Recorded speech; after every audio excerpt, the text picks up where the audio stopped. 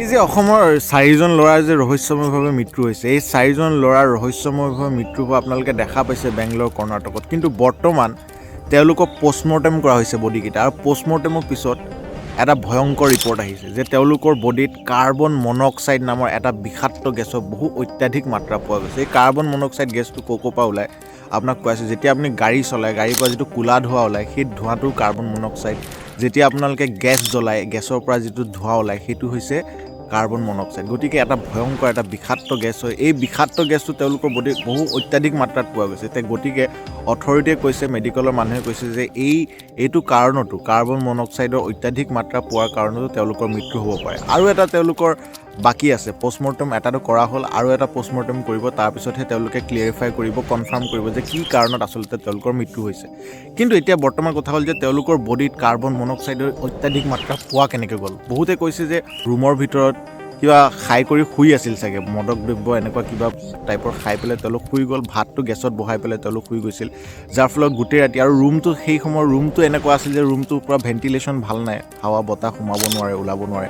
গতিকে তেওঁলোকে গেছত ভাত বহাই পেলাই শুই গৈছিল, আৰু তাৰ ফলত গোটেই ৰাতি ধোঁৱা নিৰ্গত হৈ কাৰ্বন মনক্সাইডে গোটেই ৰুমটো ভৰি পৰিছিল, অক্সিজেনৰ মাত্ৰা কমি গৈছিল, অক্সিজেন গেছ নাইকিয়া হৈ গৈছিল, উশাহ ল'ব পৰা নাছিল, তেওঁলোকে ছাফোকেশ্যন হৈছিল, আৰু তাৰ ফলত তেওঁলোকৰ মৃত্যু হৈছে বুলি বহু মানুহে কৈছে, বা অথৰিটিয়ে সেই বস্তুটো এতিয়ালৈকে ক্লিয়াৰ কৰা নাই, কিন্তু তেওঁলোকে এইটো কাৰণেও মৃত্যু হ'ব পাৰে বুলি কৈছে। আৰু লগতে তেনেকুৱা বহু কেছো আগতে আমি শুনিব পাইছোঁ যে কাৰ্বন মনক্সাইডৰ অত্যাধিক মাত্ৰাৰ কাৰণে বহু মানুহৰ মৃত্যু হৈছে।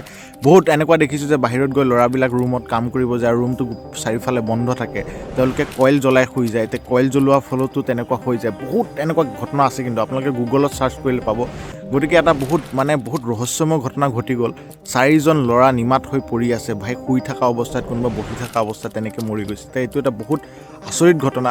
আৰু লগতে মই যিসকল বন্ধু বান্ধৱ বাহিৰত আছে না, মোৰ তেওঁলোকক কৈছোঁ যে দৰকাৰ নাই ভাই, অসমত বহুত কাম আছে, অসমলৈ আহ, তহঁতে গুৱাহাটীত কাম কৰ, লাগিলে বহু অসমতে কাম কৰ, নিজৰ বিজনেছ কৰ, কিবা কৰ, বাহিৰত গৈ এনেই বেকাৰত মৰিবলগীয়া দৰকাৰ নাই।